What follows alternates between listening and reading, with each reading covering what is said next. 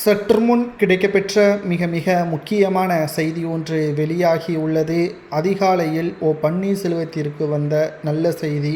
அதிமுக ஒருங்கிணைந்து செயல்பட்டால் பீகாரில் எப்படி பாஜக கூட்டணி வெற்றியடைந்ததோ அதேபோல் தமிழகத்தில் அதிமுகவின் தலைமையிலான கூட்டணி மாபெரும் வெற்றியடையும்.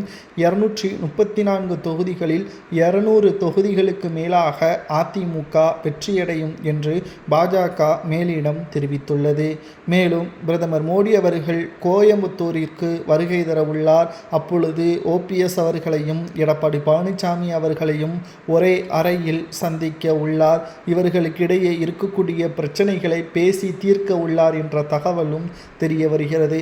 ஏனென்றால் இந்த சட்டசபை தேர்தல் தான் திமுகவிற்கு ஒட்டுமொத்த தேர்தலில் தோல்வியை ஏற்படுத்தும் விதமாக மக்களின் எதிர்ப்புகளும் இருக்கிறது. அதே சமயம் மக்களின் ஆதரவு அதிமுகவிற்கு இன்னமும் அதிகமாக வர வேண்டும் என்றால் களத்தில் அதிமுகவின் தொண்டர்கள் மிகவும் சிறப்பாக செயல்பட வேண்டும். அப்பொழுதுதான் மக்களின் ஆதரவு முழுமையாக அதிமுகவிற்கு கிடைக்கும். அது மட்டும்தான் அதிமுகவின் தலைமையை வெற்றியடைய வைக்கும் என்று டெல்லி மேலிடம் கூறியுள்ளது.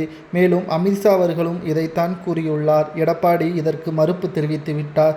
மேலும் பிரதமர் மோடி அவர்கள் கோயம்புத்தூருக்கு வருகை தர உள்ள நிலையில் எடப்பாடி பழனிசாமியையும் பன்னீர்செல்வத்தையும் சந்திக்க உள்ளதாகவும் இருவரையும் ஒரே நேரத்தில் ஒரே அறையில் சந்திக்க உள்ளதாகவும் இதனால் பன்னீர்செல்வத்திற்கு நல்ல செய்தி வந்துள்ளது.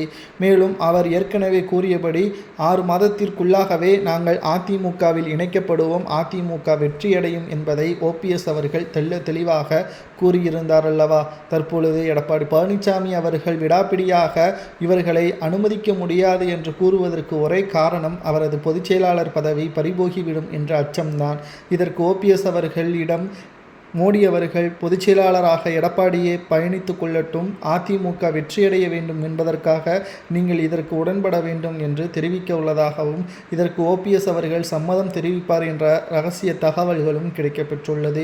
முதலில் அதிமுக ஒருங்கிணையணும், அதற்கு பிறகு வெற்றியடைய வேண்டும், அதற்கு பிறகு எடப்பாடியின் பதவி தொடரலாமா வேண்டாமா என்பதை மாவட்ட செயலாளர்கள் பொதுக்குழுவை கூட்டி அதற்கு பிறகு முடிவுகளை ஏற்றுக்கொள்ளலாம் என்ற உடன்படிக்கைக்கு வரலாம் என்ற தகவலும் கிடைக்கப்பெற்றுள்ளது.